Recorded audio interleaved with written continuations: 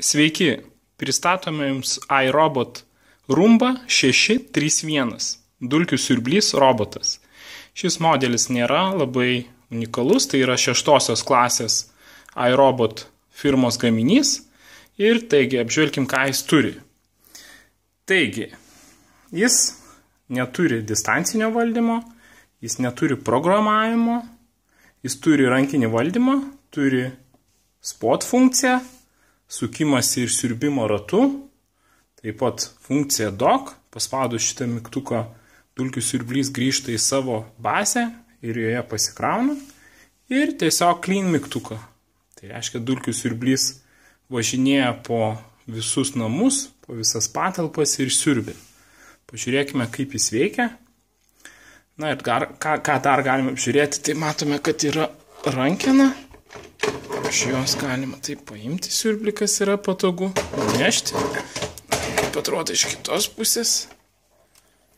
Tai matome, yra šepetukas, taip ratukai ir tai yra juodas šepetys, guminis ir toks vat su šereliais. Tai šiukšlių dėžė jau užsipildė, viską tik siurbiau. Na ir galime pažiūrėti, kaip šitas siurblys veikia. Taigi, paspaudus mygtuką clean, kol kas dar neįsijungia, bet paspaudus antrą kartą turėtų suveikti šitą funkciją.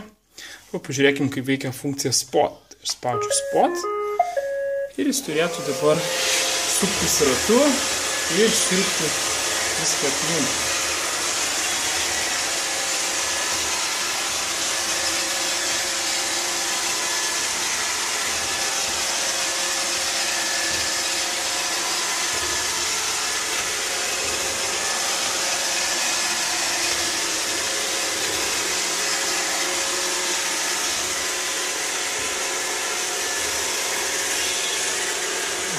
Išsirbė gan gerai, kelis skilteles, privažiuoja prie pat.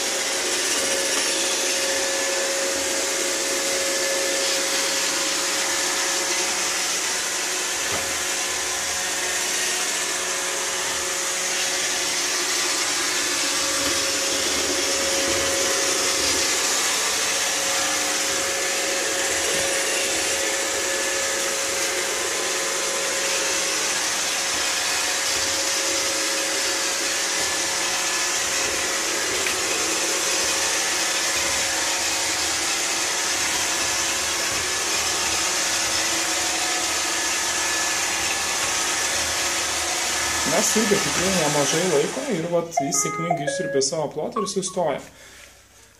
Taip, na dabar galime paspausti tiesiog clean funkciją ir pažiūrėti, kur jis važiuos, bet jis dabar spėja važinės visur, kur tik galės. Taip, štai toks yra dulkių siurblys. Jis kartoja funkciją dar kartelį spot.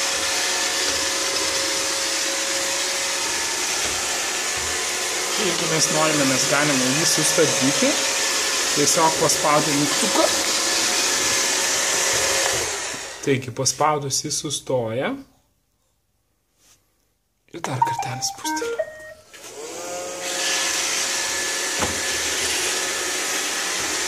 Taip, jau matau, kad funkcija spot baigėsi. Ir dabar siurblys važinėja ten, kur jis nori.